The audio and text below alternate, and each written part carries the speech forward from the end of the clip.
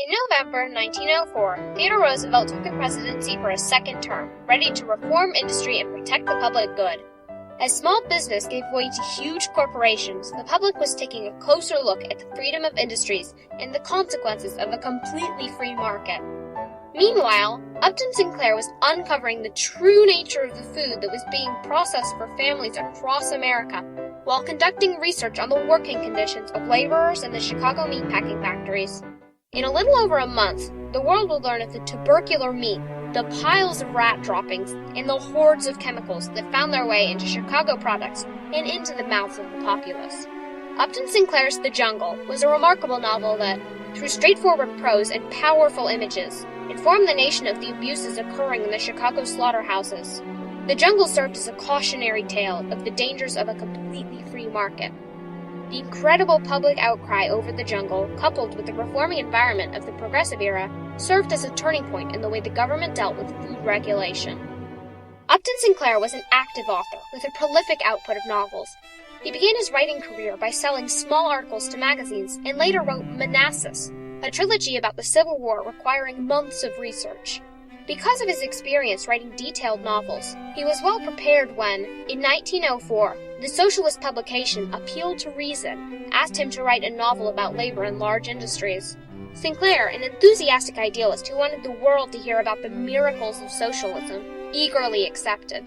He chose to set his story in Chicago because it had been the center of many labor strikes, including the Pullman strike of 1894. Sinclair worked undercover in the factories and made friends who were willing to show him the workings of the city. He would leave his house with a lunch pail and worn-out clothing, and would sneak into factories and learn about the practices of the slaughterhouses.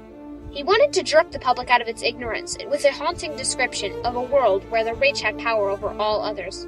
In order to do this, he was careful to be completely accurate in his descriptions, and wrote The Jungle as a reporter might. Before The Jungle was published, companies had the freedom to treat meat with chemicals, and even to sell meat infected with tuberculosis to the public.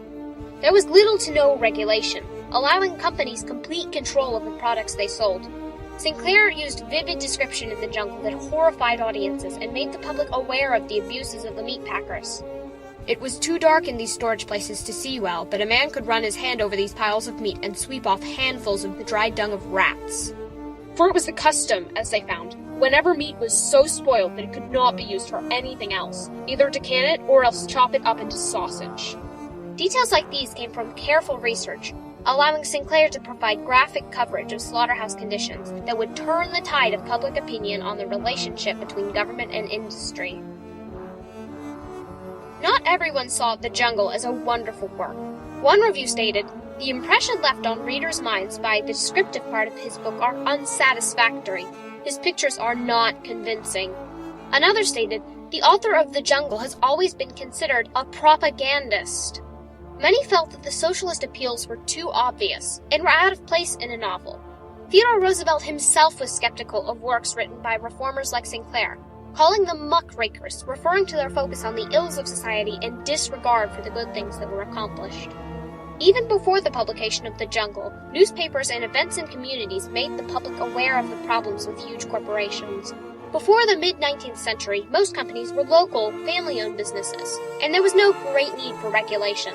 However, the late 1800s gave rise to Standard Oil, Western Pacific Railroad, and other massive corporations designed to increase profits at the expense of all else. Poor working conditions gave way to massive strikes, and company cutbacks increased the bottom line, but led to inferior products. By the end of the 19th century, there is a lot of public anxiety about these big corporations which seem to be dominating the national economy. And the big corporations seem to be running roughshod over everybody. The changing climate of the American economy required a change in the completely capitalistic government. When Theodore Roosevelt took control of the White House in 1901, he was determined to change the system. He realized that if things did not change, the growing Socialist Party might gain a foothold and become a real political force. He supported real regulations, and his actions led to some of the most sweeping reforms in American history. As a people, we cannot afford to let any group of citizens or any individual citizen live or labor under conditions which are injurious to the common welfare. Industry, therefore, must submit to such public regulation as will make it a means of life and health, not of death or inefficiency. After the initial publication, the meatpacking industry didn't sit back and wait for reforms to take shape. They felt as though regulation would reduce their profits while harming their ability to create the products the public needed, and the Jungle threatened to push the issue over the top and force action. Chicago companies attempted to stop the movement from gaining any more support. An attorney for Ogden Armour, the owner of Armour Meatpacking Industry from Chicago, contacted Frank Doubleday, the publisher of The Jungle, and invited him to a meeting where he offered him an advertising contract in return for preventing further distribution of The Jungle in Europe, where they could lose business to more sanitary European meat facilities. At the meeting's end, he offered Doubleday a large can of preserved meats. Doubleday stated, "This chap made me so angry that I showed him this telegram and told him that we would give permission to have the book reprinted in Europe." Though meat packers had vast amounts of resources, their focus on profits harmed their efforts to suppress reform by making them out of touch with average Americans, who were already panicked about the power of industry. They tried to counteract their negative publicity by attacking Sinclair and other muckrakers, branding their work as yellow literature, urging Congress to fight reform. Faced with government inspectors, the meat packers tried to cover up their malpractices. When Sinclair asked one of his informants to help the inspectors, the informant responded, "He will have to be well disguised, for the lid is on in Packingtown. He will find 2 detectives in places where before there was only 1. Despite the meatpackers' efforts, in 1906, The Jungle was present in more than 150,000 American households, including the house of President Theodore Roosevelt. Though he was originally critical of the book, upon reading it, he realized that regulation would be necessary to protect the public from dangerous meat. And one reason you put it through is, let's face it, everybody eats meat. John D. Rockefeller eats meat. J.P. Morgan eats meat. Do you really want to have a situation where you sit down in the morning and you're not sure whether what you're eating is hamburger for your breakfast or careless worker that's got too close to the vats? I mean, the pressure out there, once it becomes an issue of really nasty stuff in your food, is just almost irresistible. To be certain of the information provided in the book, he sent 2 of his trusted advisors to verify the Jungle's claims. With their confirmation of the information provided in the book and the public outcry over the details of the Jungle, Roosevelt put his full support behind new measures that would help to regulate the industry. Roosevelt's unwavering pursuit of reform induced Sinclair to call him an aggressive and fearless servant of the general welfare and a publicity genius. The Jungle is usually connected to Theodore Roosevelt discovering that food in this country had to be more closely regulated by the government. Pressure from Roosevelt and the public was too much, and not even the meatpackers' appeals could hold back reforms.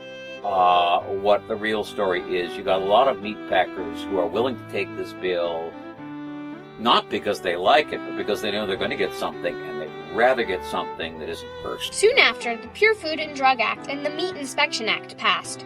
For the first time in U.S. history, food companies were held accountable for the quality and safety of the food that they sold.